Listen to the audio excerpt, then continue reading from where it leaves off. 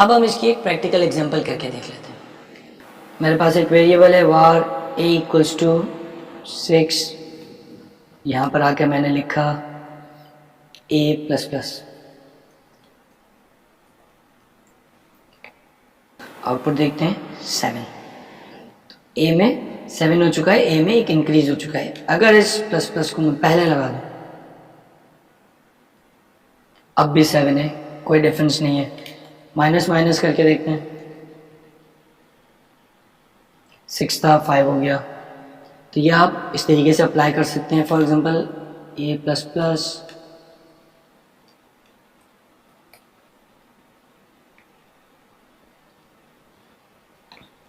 a में आपने minus किया प्लस किया, तो 6 था 5 हो गया, फिर 6 हुआ, फिर 5 हो गया, एंड रिजल्ट आएगा 5। ठीक है। अब अगर मेरे पास एक से ज़्यादा वेरिएबल हो, मैंने कहा var b equals to plus plus a,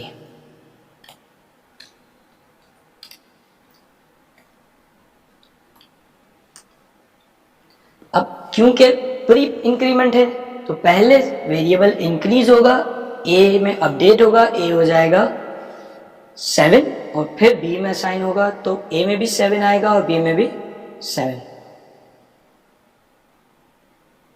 दोनों में 7 आ रहा है। अगर इसको चेंज करके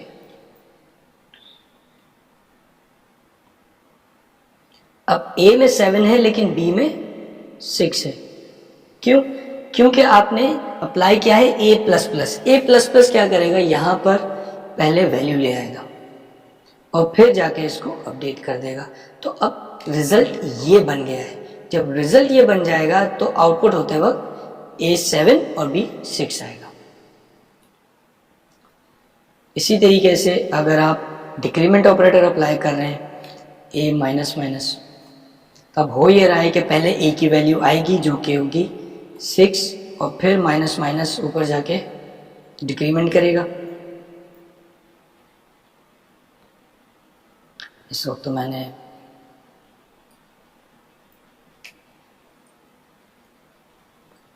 माइनस 5 एंड 6, a में 5 है क्योंकि a डिक्रीज हो चुका है, b में 6 है, क्यों? क्योंकि पहले 6 की वैल्यू आई और फिर a में डिक्रीमेंट हुआ है। इसी तरीके से इसको मैं अपडेट कर देता हूं और मैंने कहा var c equals to plus plus a minus minus minus b plus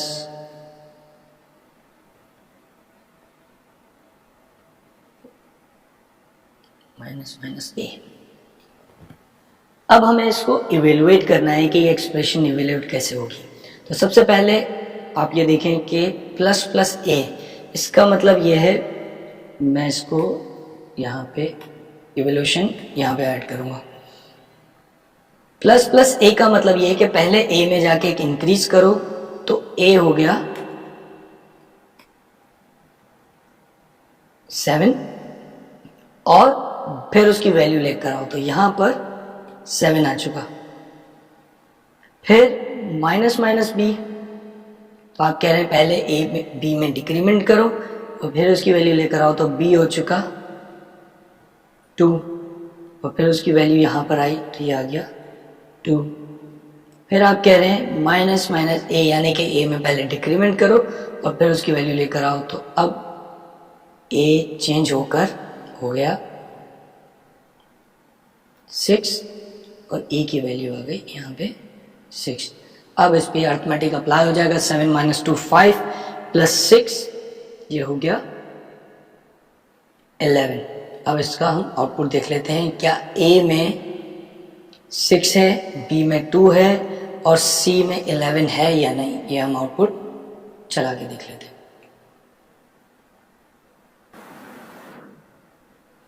a में 6, b में 2 और c में 11।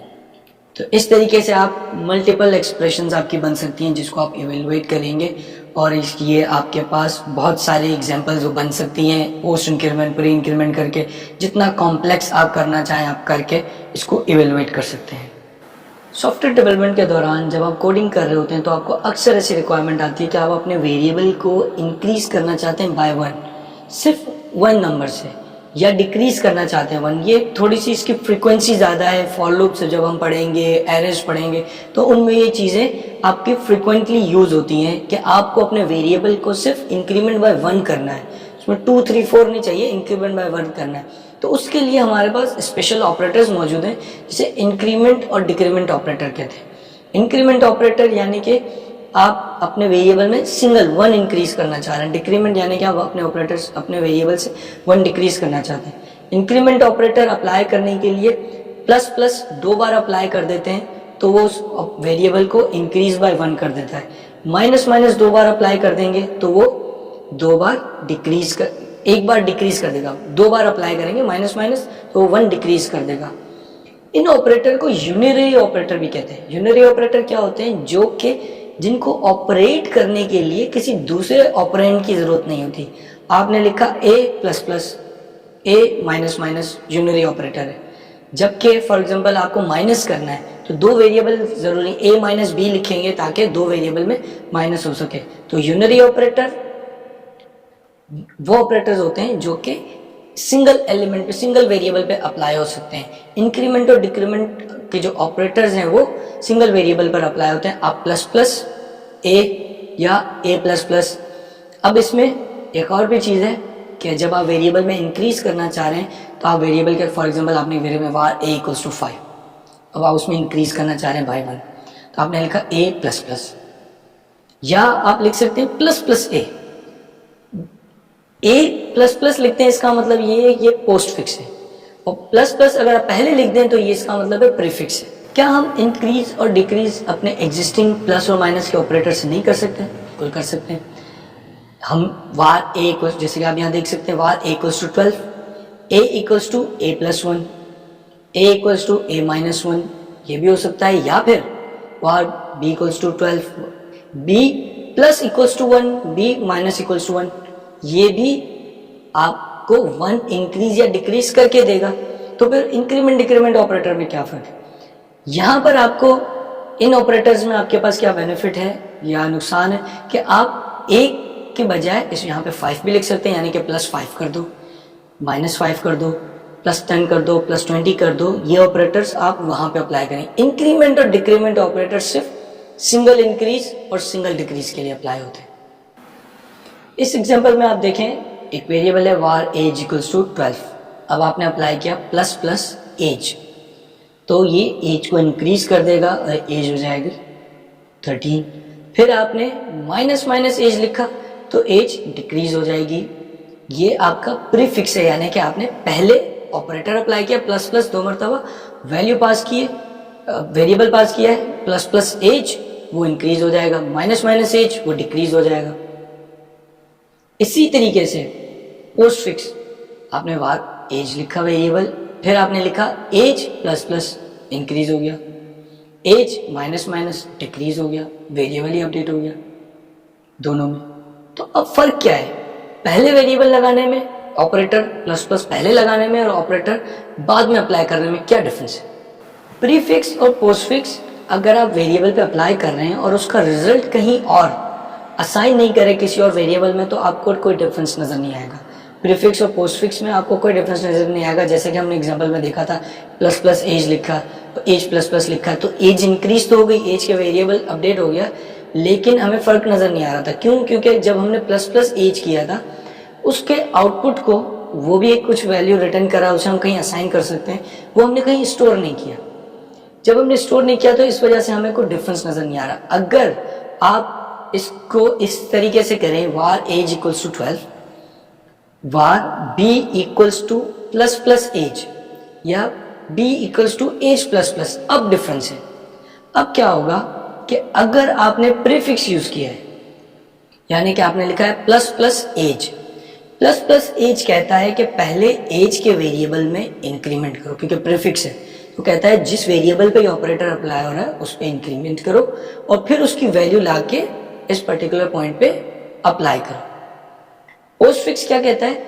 फॉर एग्जांपल आपने लिखा var b equals to as plus plus, plus plus a नहीं, a plus plus, postfix कहता है कि पहले वैल्यू लेकर आओ, यानी कि एज की वैल्यू पहले यहाँ पर आएगी और फिर एज में जाके इंक्रीमेंट होगा, यानी कि बी को उसका डिफरेंस नहीं मिलेगा, बी को पुरानी वैल्यू मिलेगी। तो एज प्लस प्लस या प्लस प्लस एज में क्या फर्क होगा कि प्री इंक्रीमेंट होगा तो पहले वेरिएबल में इंक्रीमेंट होगा और फिर उसकी वैल्यू आएगी। पोस्ट इंक्रीमेंट में क्या होगा, पहले वैल्यू आएगी और फिर उसकी वैल्यू में इंक्रीमेंट होगा। ये आप एग्जांपल देखें प्रीफिक्स की, आपने वेरिएबल बनाया var age equals to 12, var new age equals to plus plus age. जब आपने एज और न्यू एज को प्रिंट करवाया दोनों में 13 आ रहा है, क्योंकि आपने पहले प्लस प्लस लगाया है तो पहले एज का वेरिएबल अपडेट हुआ, उसकी वैल्यू आई और वो स्टोर हो गई न्यू एज में, तो दोनों में 13 है।